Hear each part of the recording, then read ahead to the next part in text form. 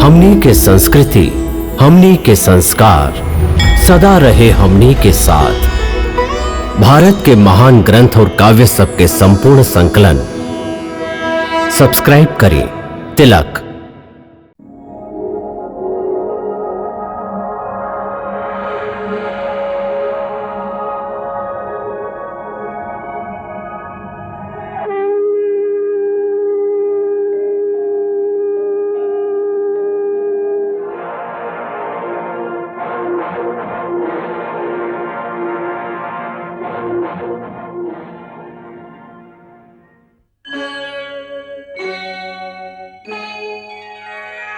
कृष्णा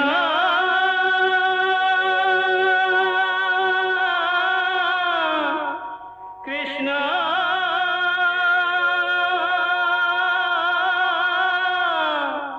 हरे कृष्णा हरे हरे।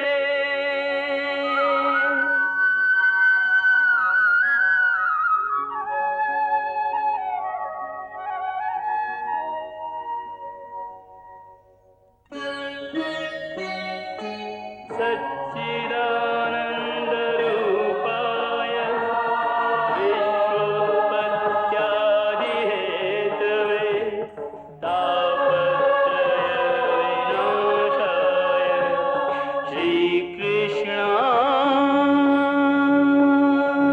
वयं नमः।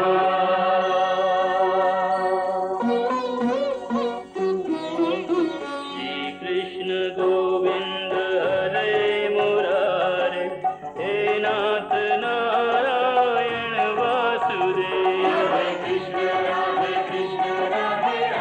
कृष्ण कृष्ण हरे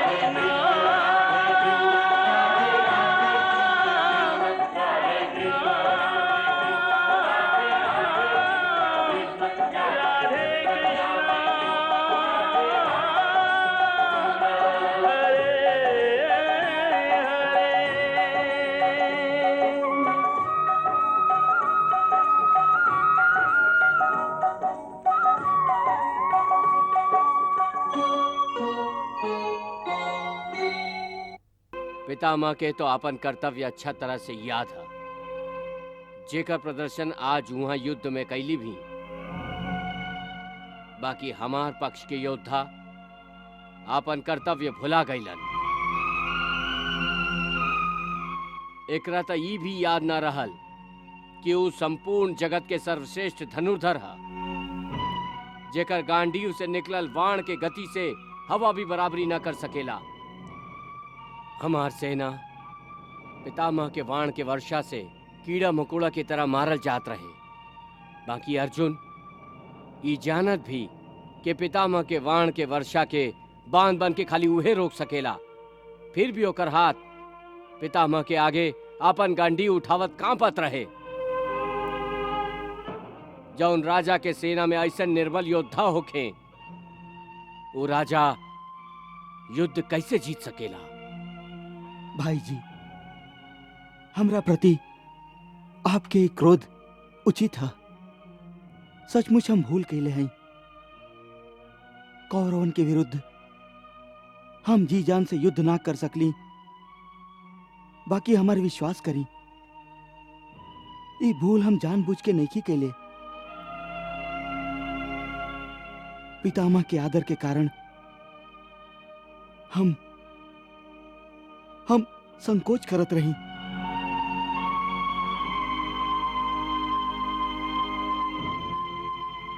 बड़का भैया, आज युद्ध में अर्जुन या दूसर योद्धा लोगन के भुजा अपन जेठ लोगन के आदर में ऊ लोगन के विरुद्ध उठल स्वीकार ना कैलस।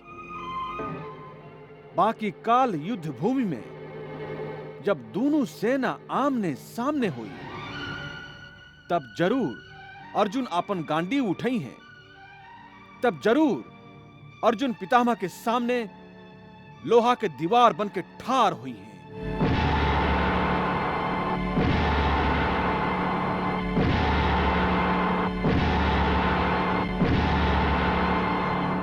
हे कृष्ण, एगो अर्जुन ही ना, हम सभे के ही बतावे के होई कि हम युद्ध भूमि पर अपन शस्त्र के अपमान करे नहीं खे आइल हई। आज के युद्ध के हार के प्रतिकार कल हम लोग के उ लोग से लेबे के होई। कल हम उ लोग के दिखा देब कि हम लोग भी क्षत्रिय हई। युद्ध कईल हम लोग के घुट्टी में मिलल हा।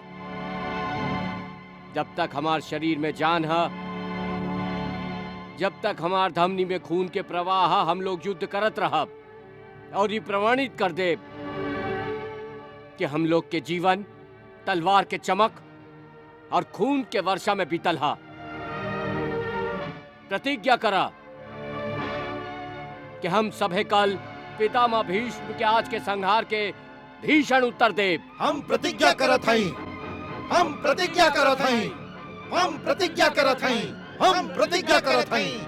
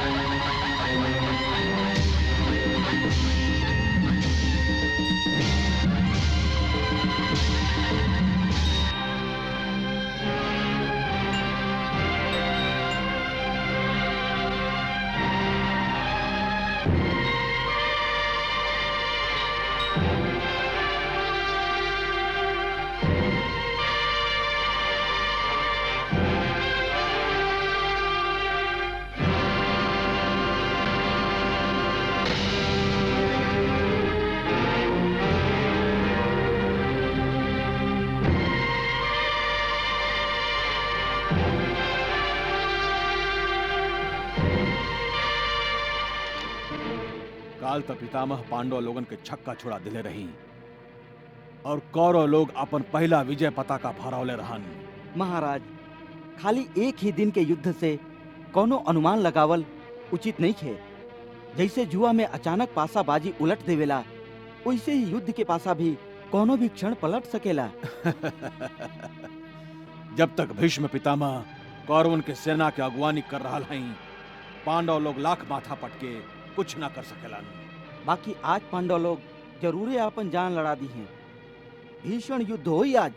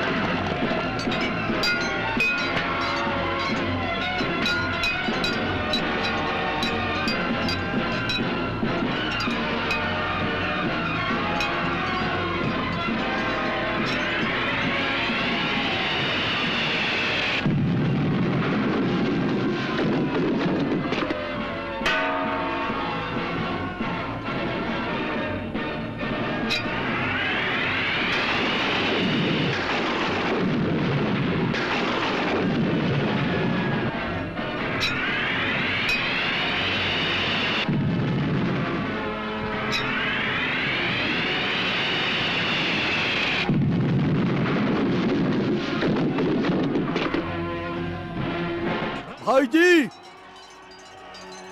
एह तरह तो अर्जुन के वाण के वर्षा से कौरव योद्धा लोग के खून के नदी बहे लगी। देह में कौरव योद्धा लोग के लाश से कटल माथा पानी के बुलबुला के लेखा तैरत दिखाई दे। अर्जुन के तीर के आंधी के रोकी भाई जी, रोकी। हमरा होखत ऐसा ना हो सकेला। यदि वो गुरु द्रोण से धनुर्विद्या सीख ले बात, हम उनका से तीर चलावल सीख ले हैं।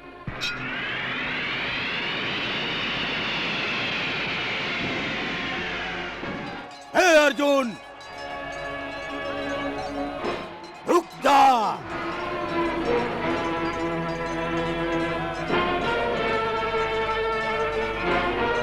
युवराज दुर्योधन, आवा आवा। युद्ध करे आइल बाड़ा ना, आवा तू भी अपन इच्छा पूरा करला। अर्जुन! दुर्योधन, हम तो तोके बहुत बलवान समझत रही, बाकी तू तो बहुते दुर्बल योद्धा निकलला। अपन क्रोध के भी तू काबू ना कर सकेला, और जे योद्धा अपन क्रोध के काबू ना कर पावेला ऊ कबो केहू पर भी विजय प्राप्त ना कर सकेला। विजय श्री तो राजा लोग के भाग्य में लिखल होखेला, वनवासियन के भाग्य में तो भागल और भागत रहल ही होखेला। तू जवन धनुर्विद्या पर अहंकार कर रहल बाड़ा, वह धनुर्विद्या से हम तोहके फिर से वन के रास्ता दिखाई।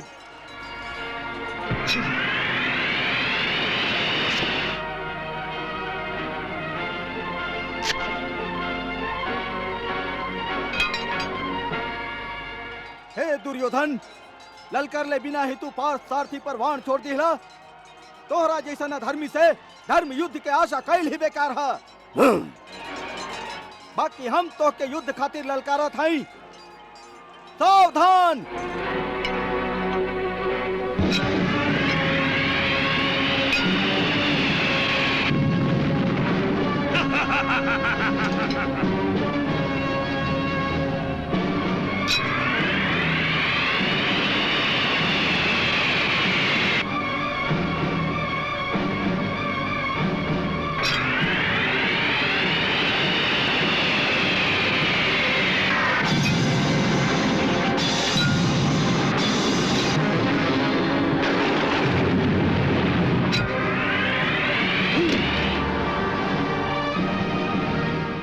अरे युवराज दुर्योधन के प्राण संकट में बा, हमके उनका बचावे के चाहिए। चला चला चला। हमरा बीच में केहू ना आई।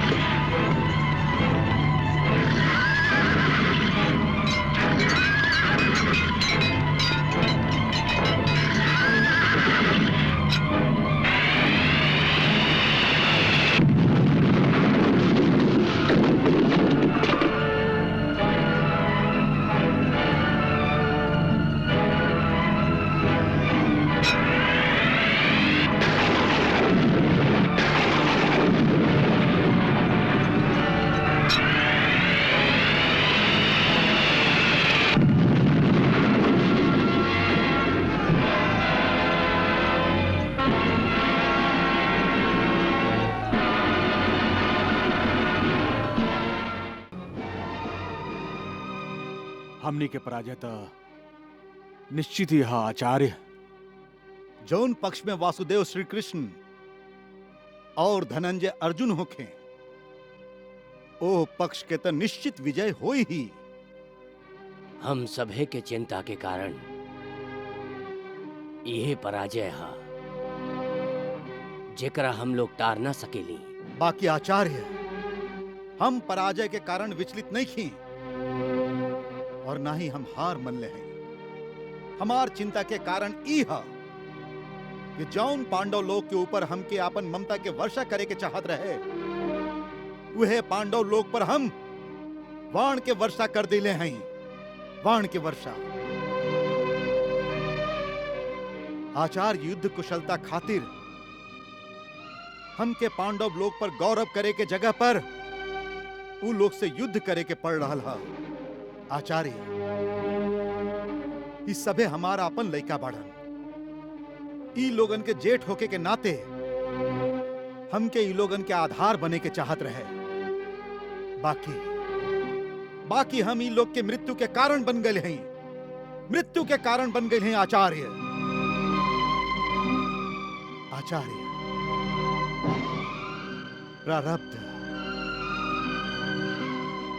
प्रारब्ध हमके विचित्र मोड़ पर लाके ठाड़ कर दिए हा। हम लोग अपन तलवार से इतिहास तो बदल सकत हई, बाकी प्रारब्ध के लिखल एक शब्द भी ना बदल सकीले। हाँ, ई हमार दुर्भाग्य हा कि ना हमके धृतराष्ट्र समझ पैलस, ना दुर्योधन, ना जानेला आचार्य कि कौरवन के विनाश के खातिर ही हम युद्ध में सम्मिलित भइल हैं। जौन दिन हमार पतन हुई, ओ दिन कुरुकुल के विनाश निश्चित रूप से आरंभ हुई। पितामह, आप अपन पतन के बात करके हमके दुखी मत करी। हे गंगा पुत्र, आपके ते इच्छा मृत्यु के वरदान प्राप्त था।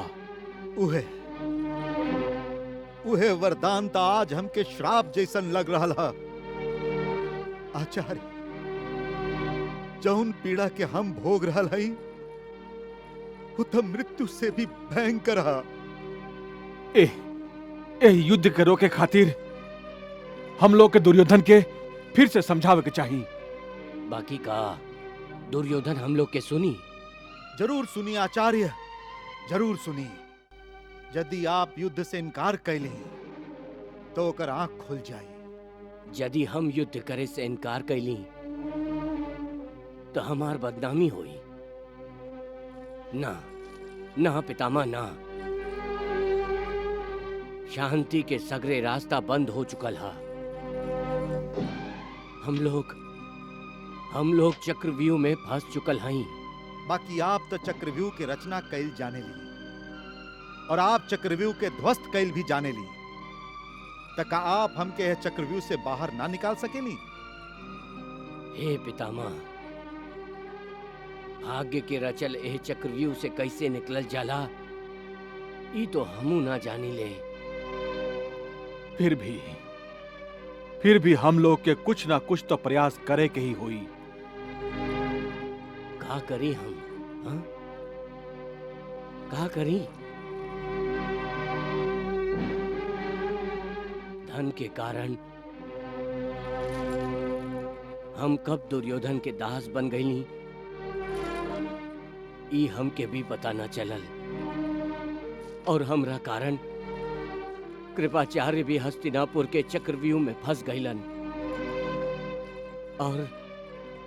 और अब हम पछता रहल हई कि हम अपन शस्त्र विद्या के सौदा काहे कैली। उहे भूल के तो फल हमके मिल रहल हा। धिक्कार हा हमरा पर, धिक्कार हा। शांत हो जाइए आचार्य, आप शांत हो जाइए। ऐसन सोच के आप अपना आप के इतना यातना मत दी आचार्य, मत दी। अब शांत हो जाए के ही समय आ गई है कृपाचार्य। हमेशा खातिर शांत हो जाए के समय। सगरे जीवन अशांत ही रहल हई हम।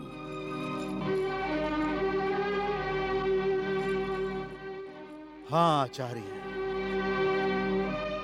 हमहू हमेशा चीर शांति के खोजत रहल हई, और अब जाके हमके पता चला कि खाली मृत्यु ही हमके चीर शांति दिया सकेली। खाली मृत्यु ही हमके चीर शांति दिया सकेली।